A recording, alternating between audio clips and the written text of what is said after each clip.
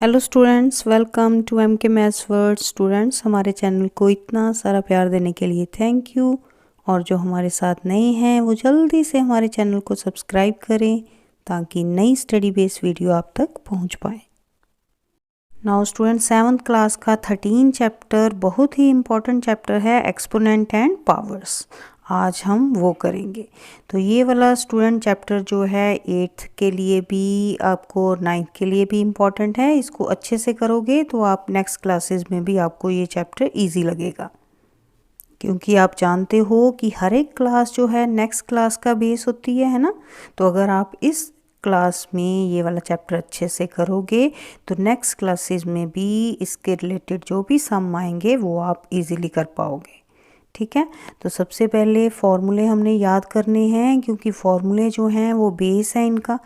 ठीक है, तो बेस अपना अच्छा होगा तो उस पर चैप्टर भी जब आप करोगे तो आपको इजी रहेगा। ठीक है, तो नाउ फर्स्ट है ये ए की पावर m इंटू ए की पावर n। ये किसके इक्वल होता है? ए की पावर m प्लस n। इसको लर्न कैसे करना है कि जब भी बेस सेम हो, ठीक है, ये ए क्या है? बेस, और m n क्या है? इसकी पावर्स, एक्सपोनेंट्स। ठीक है, नाउ जब भी बेस सेम हो, मल्टीप्लाई का साइन हो, तो पावर्स ने क्या होना है? ऐड। ठीक है, तो बेस को 1 टाइम लिख लेंगे और पावर्स क्या हो गई? ऐड। क्लियर? नाउ सेकंड है स्टूडेंट, जब बेस सेम हो, डिवाइड का साइन हो, तो पावर्स क्या हो जाएंगी? सब्ट्रैक्ट। ठीक है, बेस लिख के पावर्स को क्या कर देना है? सब्ट्रैक्ट। क्लियर? नेक्स्ट, ए की पावर m और उसकी होल पावर n। जब ऐसे हो सम तो क्या करेंगे? ये पावर्स को आपस में क्या कर देंगे? मल्टीप्लाई। तो a की power m into n। Clear? Now student, a की पावर m इंटू b की power m equal to A B multiply कर देंगे दोनों को और पावर को 1 टाइम लिख देंगे। नाउ नेक्स्ट है स्टूडेंट, a की power m divided by b की पावर m। ठीक है, तो यहाँ थोड़ी सी मिस्टेक थी, यहाँ दोनों पावर जो हैं वो सेम होनी है। नाउ बेस अलग अलग हैं और पावर सेम हो और डिवाइड का साइन हो, तो कैसे करते हैं? दोनों जो बेस हैं उनको डिवाइड करके, ठीक है, डिवाइड में लिख के ऐसे, तो पावर को 1 टाइम लिख देंगे। क्लियर? नाउ नेक्स्ट, ए की पावर 0, यानी कि किसी की जो पावर है, बेस की पावर अगर 0 हो तो उसका आंसर क्या आता है? 1। ठीक है, नाउ यहाँ पे स्टूडेंट आपने याद रखना है कि अगर माइनस की पावर इवन है, ठीक है, ये इवन नंबर है, यानी कि 2, 4, 6, 8 ऐसे हो, ठीक है, यानी कि माइनस इतने टाइम्स हो, तो हमेशा आंसर जो है आपका पॉजिटिव आएगा। ठीक है, अगर माइनस जो है उसकी पावर ऑड है, यानी कि 1, 3, 5 ऐसे हो, तो आंसर हमेशा किस में आएगा? नेगेटिव, माइनस में। क्लियर? नाउ ये वाले जो फॉर्मूले हैं स्टूडेंट आपने अच्छे से करने हैं। अब इसके रिलेटेड सम हम कराएंगे, जिससे आपको ये फॉर्मूले जो हैं अगर अच्छे से याद हुए होंगे तो वो सम भी आप अच्छे से कर पाओगे। नाउ स्टूडेंट, इस वीडियो में हम इम्पॉर्टेंट सम करवाने वाले हैं जो कि आपको एग्ज़ाम में ज़रूर आएंगे। ठीक है, तो आपने अच्छे से उनकी प्रैक्टिस करनी है। अगर आपको वो आ जाएंगे तो आपको पूरी एक्सरसाइज जो है वो इजी लगेगी, अपने आप सॉल्व कर पाओगे। कोई भी अगर स्टेटमेंट आ जाए एग्ज़ाम में, तो अगर आपने अच्छे से ये वीडियो सुना है और साथ साथ हमारे किए हैं सम, तो आप वो ज़रूर कर पाओगे।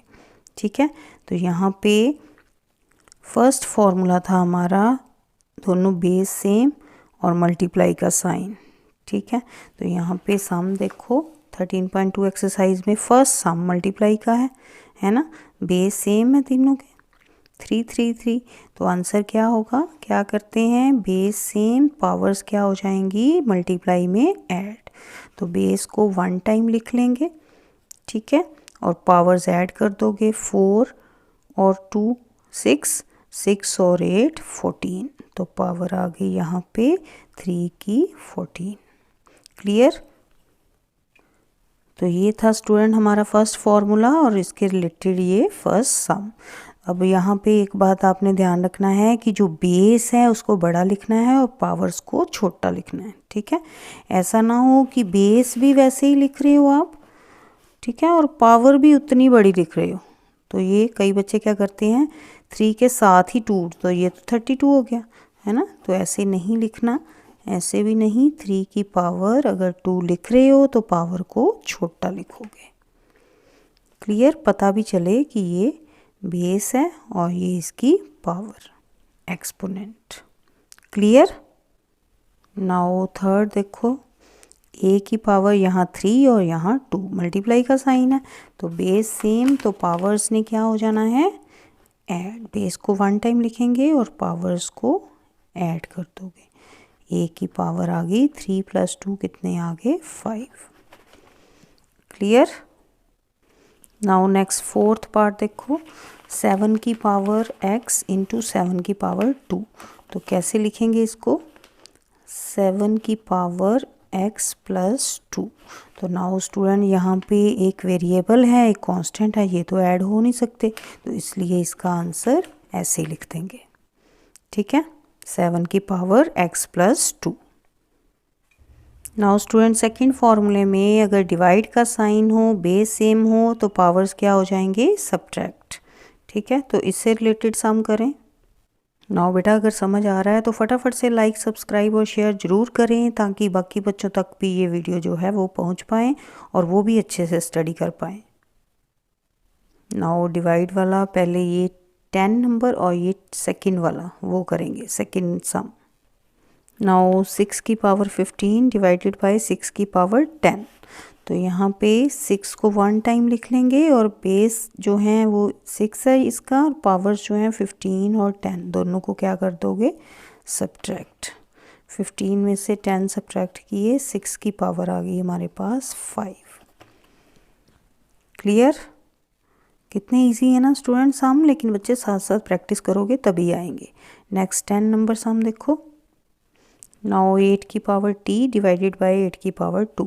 नाउ बेस तो सेम है तो वो वही रहेगा, डिवाइड का साइन है, पावर्स क्या हो जाएंगी सब्ट्रैक्ट, t में से 2 सब्ट्रैक्ट। नाउ t तो वेरिएबल है और 2 कांस्टेंट है, तो दोनों ये सब्ट्रैक्ट नहीं कर सकते, यही इसका होगा आंसर, 8 की पावर t - 2।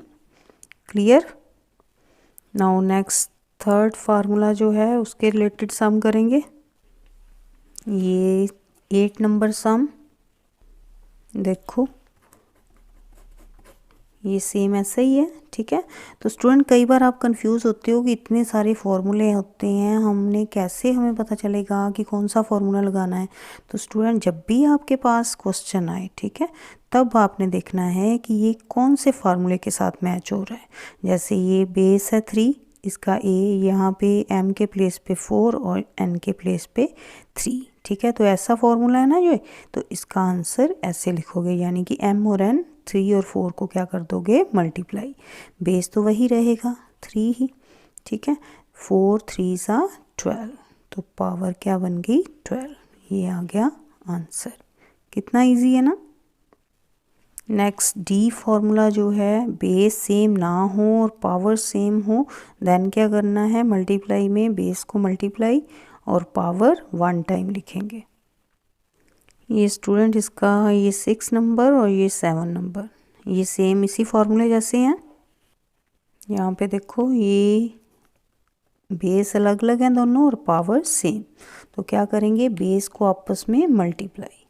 ठीक है, 2 5 ज़ा 10 आ गया और पावर कितनी आ गई उसकी 5, 1 टाइम लिखेंगे। ठीक है, ये आ गया आंसर।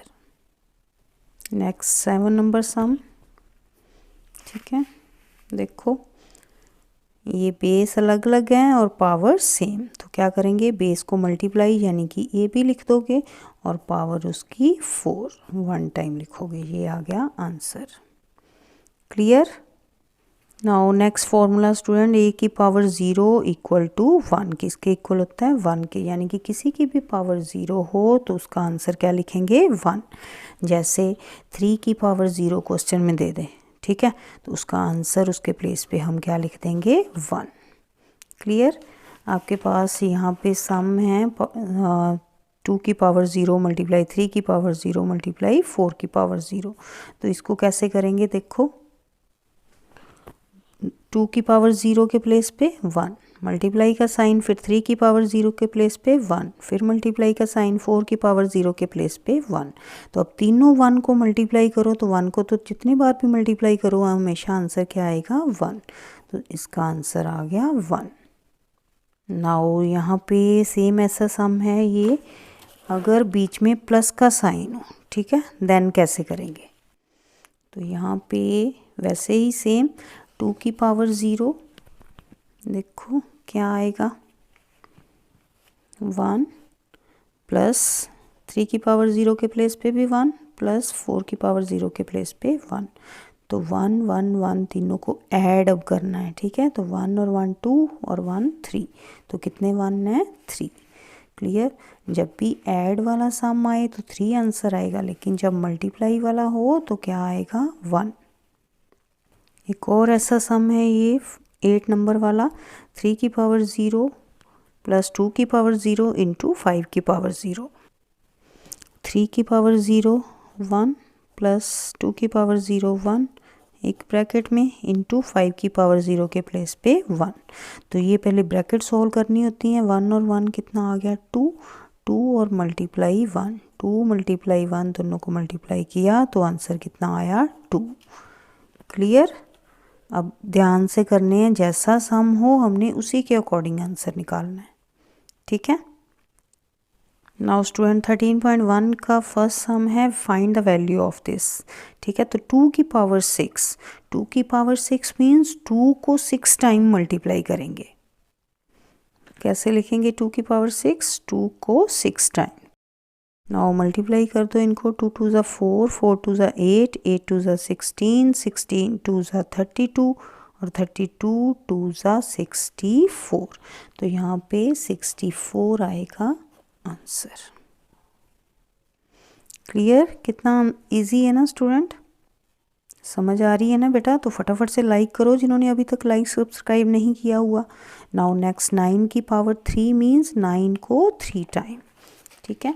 9 की पावर 3 सेकेंड, 9 की पावर 3 मीन्स 9 को 3 टाइम।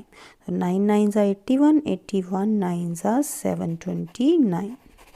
क्लियर। सामने रफ में मल्टीप्लाई करके देख सकते हो आप। नाउ नेक्स्ट है 11 की पावर 2 मीन्स 11 को 2 टाइम। 11 की पावर 2 मीन्स 11 मल्टीप्लाई 11। तो 11 11 ज़ा 11 को 11 से रफ में मल्टीप्लाई करोगे तो 121 आंसर आएगा। Clear student. तो ये था, अगर पावर दी हुई है तो वैल्यू कैसे फाइंड आउट करनी है। Now express the following in exponential form. Exponential form मतलब ये खोल के लिखा हुआ है तो इसको पावर में लिखो, ठीक है।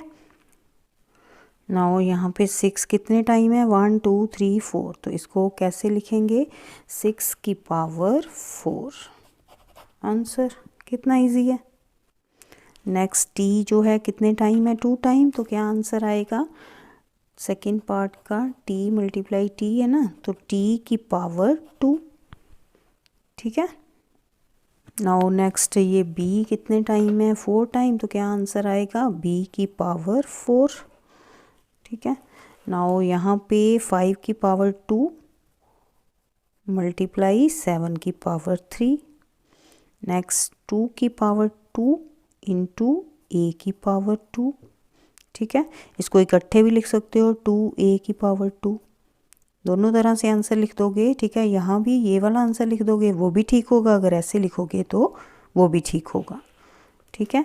नेक्स्ट जो है a की पावर a कितने हैं 1 2 3, a की पावर 3 इंटू c कितने हैं 4, तो c की पावर 4 इंटू d 1 है, तो उसको चाहे 1 टाइम ही लिख दो चाहे ऊपर 1 लिख दो, एक ही बात है, ठीक है।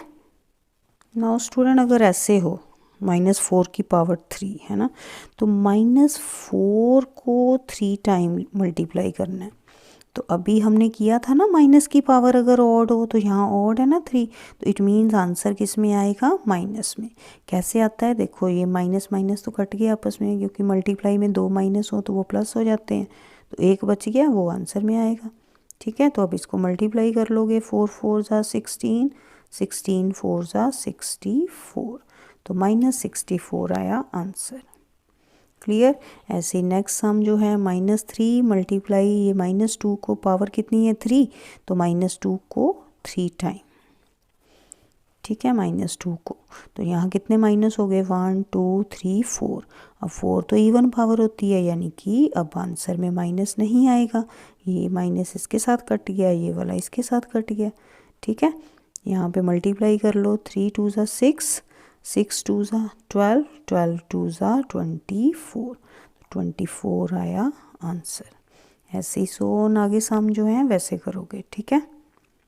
नाउ स्टूडेंट जो ऐसे वाले सम हैं एक्सपोनेंशियल नोटेशन में लिखना, इनको कैसे लिखते हैं, जैसे 512 है तो इसको पावर में लिखने के लिए कैसे करेंगे एक्सपोनेंशियल फॉर्म में।